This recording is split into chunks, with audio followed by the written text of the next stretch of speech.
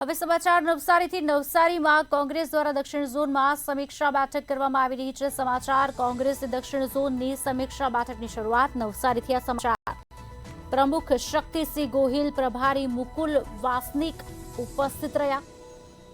કોંગ્રેસ પક્ષના નેતા અમિત ચાવડા પણ હાજર રહ્યા હતા। દક્ષિણ ગુજરાતના સંગઠનના તમામ સેલની સમીક્ષા કરવામાં આવી રહી છે। ત્યારે કોંગ્રેસ પ્રમુખ શક્તિસિંહ ગોહિલે નિવેદન આપ્યું છે। આપને જણાવી દઈએ સમાચાર નવસારીથી, જ્યાં અમદાવાદમાં આંબેડકર પ્રતિમા ખંડિત થવા બાબતે નિવેદન આપવામાં આવ્યું।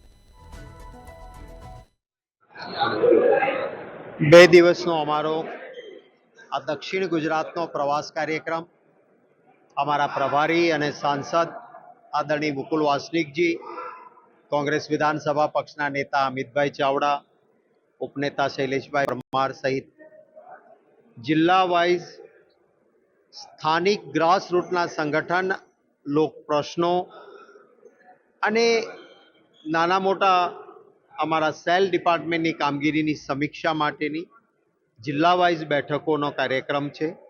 આજે સાંજે સુરતમાં અમારી એક જાહેર સભા, લોક પ્રશ્નો ઘણા બધા છે, એક જવાબદાર રચનાત્મક વિરોધ પક્ષ તરીકે લોકોની વચ્ચે લોકોની સમસ્યા માટે પણ લડતા રહ્યા છીએ। જાહેર સભા સુરતમાં સાંજે 6 કલાકે અમે રાખેલી છે।